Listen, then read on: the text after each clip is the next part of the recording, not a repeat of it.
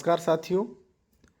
देखिए, अगर कोई प्रॉपर्टी विवादित प्रॉपर्टी है तो वहाँ पे उस प्रॉपर्टी की कुर्की कैसे करवाएं। अब इसके संबंध में थोड़ा मैं विस्तार से बताने वाला हूँ, किस सेक्शन में प्रोविज़न किया गया है, उसकी ड्राफ्टिंग कैसे करें, सारी जानकारी आपको मिलेगी।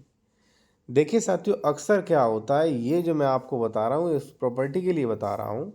जैसे कोई एक्स प्रॉपर्टी है और इस पर ए और बी दोनों पक्षकार आपस में लड़ रहे हैं, ठीक है, और किसी एक पक्षकार का कब्जा डिसाइड नहीं है। मान लीजिए दोनों ही लोग विवाद कर सकते हैं। तो ऐसी कंडीशन में धारा 165 के अकॉर्डिंग विवाद की विषय वस्तु को कुर्क करके रिसीवर नियुक्त किया जा सकता है कि भाई जो भी इसकी फसलें, लाभ, किराया जो भी है वो एक सरकारी रिसीवर को मिलेंगे। जब भाई कोर्ट से मुकदमा जीत जाए ए या बी, तब उसको वो सारे जो भी अर्निंग्स हैं वो दे दी जाएंगी। तो उसी के संबंध में है। कैसे ये काम करता है, कब आपके लिए बेहतर रहेगा वो आप समझें। और यदि आप विशेषज्ञ द्वारा कंसल्टेशन करना चाह रहे हैं अपना, तो कॉन्टैक्ट नंबर वीडियो के डिस्क्रिप्शन में मिल जाएगा साथियों। या आप कोई डॉक्यूमेंट चेक कराना चाह रहे हैं, ड्राफ्टिंग कराना चाह रहे हैं, ठीक है। और जो भी जूनियर एडवोकेट्स हैं वो ये कोड ड्राफ्टिंग नियम ई बुक देख सकते हैं। इसमें आपको कई चीज़ें मिलती हैं। जैसे ये कुर्की के लिए धारा 145, जो कि वर्तमान में धारा 164 है, उसका आवेदन पत्र कैसे बना है, वसीयत का, मकान बंटवारा का, ठीक है, कौन सा केस किस न्यायालय में चलेगा, जमानत, सेल एग्रीमेंट, तितिम्मा, ठीक है ना। यहाँ पे आप देखेंगे सूट फॉर डिक्लेरेशन, कैविएट, कब्जादारी की बेदखली, सीमांकन, बंटवारा, सरकारी ज़मीन से हटवाने के लिए, ठीक है, रजिस्ट्री कैंसिलेशन, दाखिल खारिज, गलत दाखिल खारिज की अपील, स्टे। तो ये सारे आपको ड्राफ्ट्स मिलते हैं।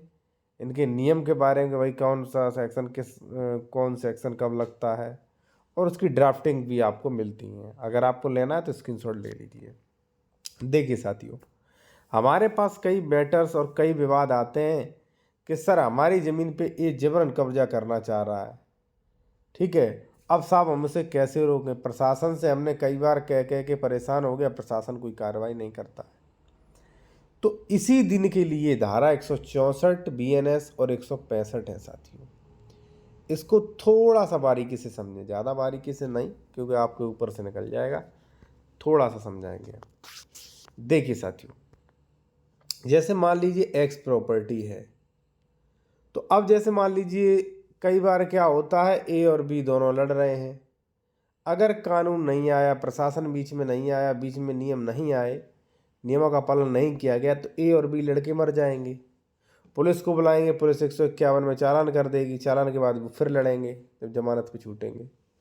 तो इसके लिए 164-65 हैं भाई। 164 में तो ये प्रोविज़न किया गया कि मजिस्ट्रेट को ये पावर है नोटिस दे के दोनों पक्षकारों को बुलाए, और मजिस्ट्रेट को लगता है कि बी का पहले से कब्जा था 2 महीने पूर्व से, उसके डॉक्यूमेंट्स भी सही हैं, तो भाई इसको कब्जा दिलाए और ए से कहे कि भाई जब आपका कोर्ट से मान लीजिए कोई डिक्री वगैरह, आदेश वगैरह कोर्ट से निर्णय आ जाता है, तब आपको मैं दे दूंगा।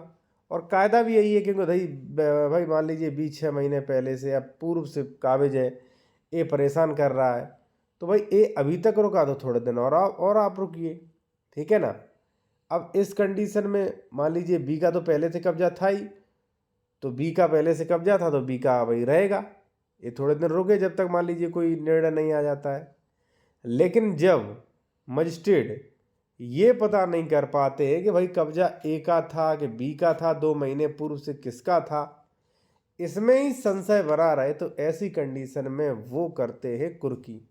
क्योंकि अब मजिस्ट्रेट यही डिसाइड नहीं कर पा रहे 2 महीने पूर्व से पहले मतलब ए का कब्जा था कि बी का, असमंजस है। तो ऐसी कंडीशन में वो कुर्की कर सकते हैं कि भाई साहब ना ए आएगा यहाँ पे न बी आएगा, ये संपत्ति हम कर दे रहे हैं कुर्क और रिसीवर नियुक्त, ठीक है भाई।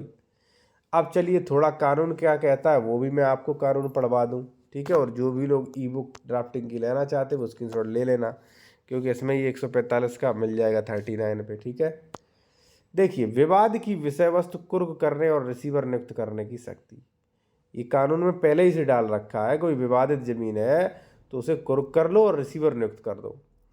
यदि धारा 164 की उपधारा 1 के अधीन आदेश करने के पश्चात किसी समय मजिस्ट्रेट को मामले को आपत्तिक समझता है, मजिस्ट्रेट मामले को आपत्तिक समझता है यदि वह विनिश्चय करता है कि पक्षकारों में से किसी भी का धारा 164 में यथा निर्दिष्ट कब्जा उस समय नहीं था, मान लीजिए ए और बी का कब्जा नहीं था, दोनों ही विवाद कर रहे, यदि वह अपना समाधान नहीं कर पाता है कि भैया किसका कब्जा था, किसे वो करे, नहीं निष्कर्ष पे पहुंच पाता है, तो उस समय उनमें से किसका ऐसे कब्जा विवाद की विषय वस्तु पर था, तो वह विवाद की विषय वस्तु को तब तक के लिए, यानी कि एक्स प्रॉपर्टी जो विवाद है, विवाद की विषय वस्तु, ध्यान रहे विवाद की विषय वस्तु, दूसरी कोई नहीं, को तब तक के लिए कुर्क कर सकता है जब तक कोई सक्षम न्यायालय उसके कब्जे का हकदार व्यक्ति के बारे में पक्षकारों के अधिकार का अवधारण नहीं कर देता है। ध्यान रहे, यहाँ पे ये नहीं कहा गया कि केस पहुंच गया, तो जब तक उसके हकदार का अवधारण नहीं कर देता है तब तक के लिए वो कुर्क कर सकता है। परंतु ये मजिस्ट्रेट को ये समाधान हो जाता है कि विवाद की विषय वस्तु के बारे में शांति भंग अब नहीं होगी, सारी चीज़ें नॉर्मल हैं, तो ऐसे कंडीशन में वो कुर्की जो भी आदेश था वो वापस भी ले सकता है। ठीक है, तो ये आप लोगों के लिए काफ़ी इम्पोर्टेंट हो सकता है। मेरे ऐसे कई क्लाइंट हैं, कई हमारे साथी हैं जो परेशान हैं, ठीक है ना, उनके लिए ये उपयोगी हो सकता है कि भैया अगर मेरा कब्जा नहीं तो इसका कब्जा क्यों है, जब तक डिसीजन नहीं आता तब तक भैया हमें जो है यहाँ पे कुर्क कर लो संपत्ति, इससे विवाद ही कम होगा। तो इस तरीके से साथियों ये नियम थे, और अगर आप कोई भी विशेषज्ञ द्वारा कंसल्टेशन करना चाह रहे हैं तो व्हाट्सएप नंबर ये, इस पर डायरेक्ट कॉल ना करें, व्हाट्सएप पे मैसेज करके फीस बता दी जाएगी, उसे जमा करने के बाद बात हो जाएगा।